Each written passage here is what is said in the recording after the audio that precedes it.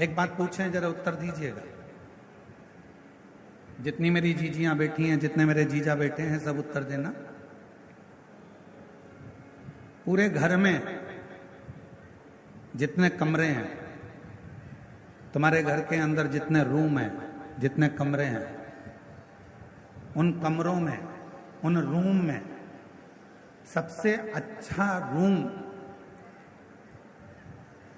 सबसे भरा हुआ रूम, जिस रूम में सबसे ज्यादा आनंद आपको आता है रुकने में, बैठने में, बोलने में, वो रूम अगर होगा तो आपके घर की माँ का, आपके पिता का रूम होगा, जिसमें थोड़ी देर बैठोगे तो आनंद की अनुभूति होगी। अपने माता पिता का रूम, अपने माता पिता का कक्ष, अपने माता पिता का रूम। दिन भर की थकान हो, दिन भर की तकलीफ हो, थकान हो, कष्ट हो बहुत ज्यादा, आप थोड़ी देर अपनी माता के कमरे में, अपने माँ के कक्ष में, थोड़ी देर अपने पिता के कक्ष में, जो घर के बुजुर्ग हैं उनके पास में 2 मिनट, 2 क्षण, 5-10 मिनट जाकर बैठ जाइए। और आप जब वहां पर जाकर बैठेंगे तो शिव महापुराण की कथा कहती है, आपको ऐसा लगेगा कि मेरे सिर पर किसी बुजुर्ग का हाथ है, मेरे सिर पर कोई बड़ा बैठा हुआ है और मैं इस कार्य को कर सकता।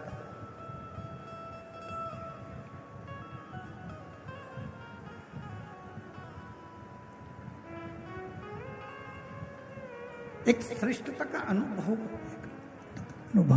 एक अच्छे का अनुभव आपको होगा। और जितना अपने माता पिता के कमरे में, अपने माता पिता के कक्ष में जाकर आपको जो आनंद की अनुभूति होगी, शिव महापुराण की कथा कहती है, वही आनंद की अनुभूति आपको देवाधिदेव महादेव के देवालय में जाकर, शिवालय में जाकर एक लोटा जल चढ़ाकर प्राप्त होगी। वही की वही।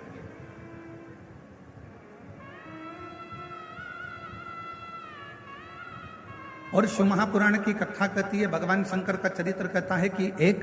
शिवजी ने माता सती से प्रेम किया, माता सती ने शंकर भगवान से प्रेम किया। दोनों के प्रेम में एक सबसे बड़ा अंतर यह है कि माँ सती जब भगवान देवाधिदेव महादेव से स्नेह करी और सती माता का स्वयंवर दक्ष प्रजापति ने रखा और शिव जी को निमंत्रण ना देकर भगवान शंकर का एक मूर्ति पाषाण की दरवाजे पर खड़ी कर दी। और जो दरवाजे पर पाषाण की मूर्ति खड़ी करी, मां सती ने जैसे ही उस पाषाण की मूर्ति पर, भगवान शंकर की मूर्त पर जैसे ही माला पिनाई, माला पिनाते से ही भगवान शंकर उस पाषाण की मूर्ति से प्रकट हो जाते हैं, उस पाषाण की मूर्ति से सामने आ जाते हैं। अब प्रेम कितना प्रकट हो, प्रेम की कितनी परिभाषा हो, प्रेम की कितनी आनंदता हुई, कितनी आनंद।